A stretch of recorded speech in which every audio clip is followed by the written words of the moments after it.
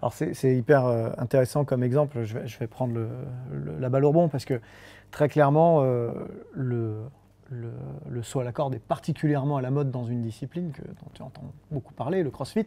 Oui. On appelle ça, il faut parler en anglais, on appelle ça le double under. Et souvent on me pose la question de savoir est-ce que le CrossFit aide la prépa physique, la prépa athlétique, est-ce que ça peut l'être? Alors, première question, non, ce n'est pas de la préparation physique. Est-ce que ça peut le devenir?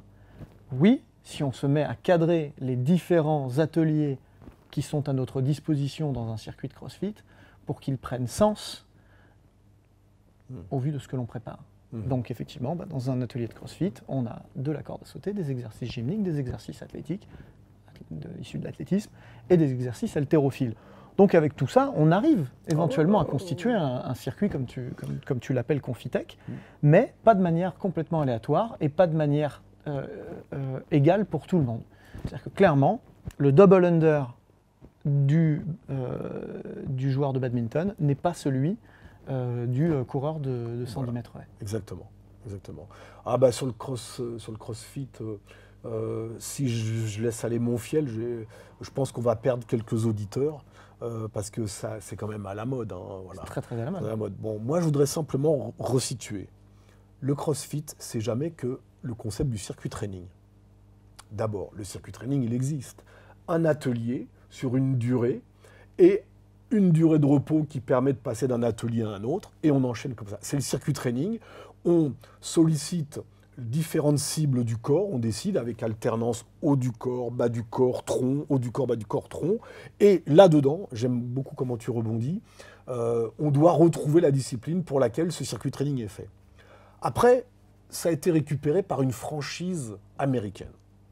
Les Américains, ils font rien mieux que nous. Excepté une chose, mettre beaucoup de moyens dans ce qu'ils décident de faire.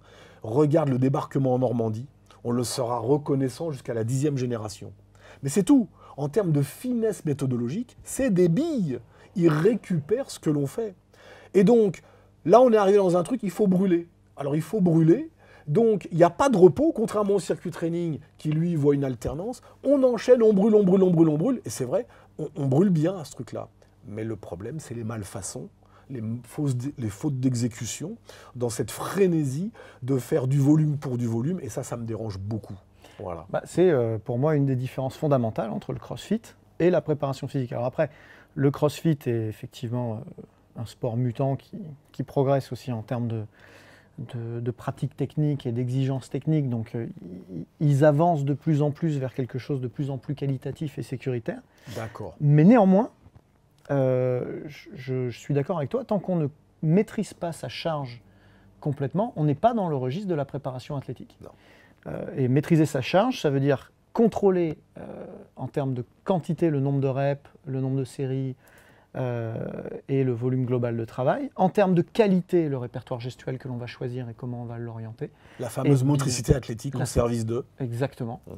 Et enfin, la récupération. Et c'est là que du coup, on est obligé de vraiment... pour moi, le CrossFit, c'est une pratique fantastique, mais qui est un cheval fou lâché, hors de contrôle. Et c'est sans doute ce qu'on va chercher en pratiquant le CrossFit. Nous, ce qu'on cherche dans la préparation athlétique, c'est de dompter le cheval. Absolument. Et du coup, c'est là que des outils comme Confitech vont, à mon avis, donner énormément de sens.